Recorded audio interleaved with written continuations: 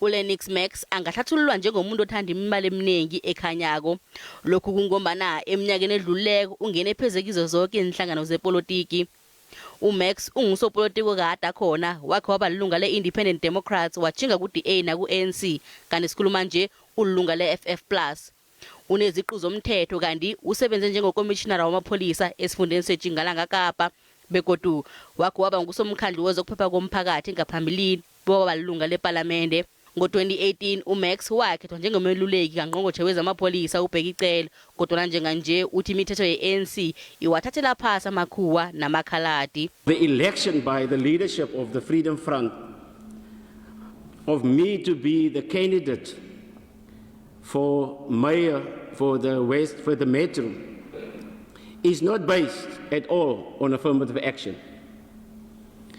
They know my history, they know my capabilities, and it is totally based on merit.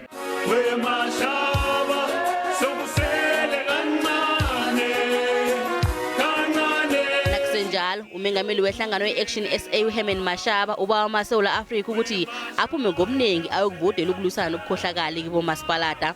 Ihlangano yakhe nayethula ijima lokuzibala amavoti uMashaba utshela abalandeli bakhe ukuthi umlando wakhe kwamasipalata utshengisa ukuthi abongikhethani behlangano yakhe banekhono. Municipal governments must be reoriented to serve the people and deliver services and deliver with pride. For too many years, local government has become unresponsive to the needs of the people and communities. eThekwini ihlangano yeNkatha Freedom Party ibawe zonke izinhlangano zepolitiki ukuqinisekisa bona kuba nokuthula kwaZulu-Natal kilamakhetho ezako. Ihlangano le naye ikhuluma nembiki indaba ithe batho ibhinqe iqedile ukuba semakhethweni. Amakhetho la azokuba ngeokthoma ngaphasi kwakamengameli uvele inkosi Hlabisa othethe ngemva komsunguli wehlangano le uMangosuthu Buthelezi. Ihlangano le ithi inethemba lokuthi izomthumba imbuyisele ezandleni zayo umasipalata omkhulu weThekwini. Emakhethweni omnyaka 2011 iFP yalahlekelwa abamasipalata abanengi ngenxa yeziphi zangaphakathi ezagcina zenze ukuthi kuhereleka abanye bayovula iNFP. iIFP ithi inethemba lokuthi amakhetho wabomasipalata la azokuba amakhetho angathathi ihlangothi nanyana iIEC ithatha isifunda sonke njengesitiki sepi. Nanyana kunjalo ubonakala ukukhula ngamandla umbango ngehelo lamabizo wabongikhethani emagatsheni. Ihlangano le ibawa bonke abaholi bezinhlangano zepolitiki kunye nabalandeli ukuthi babekezelelane ngalesi sikhathi.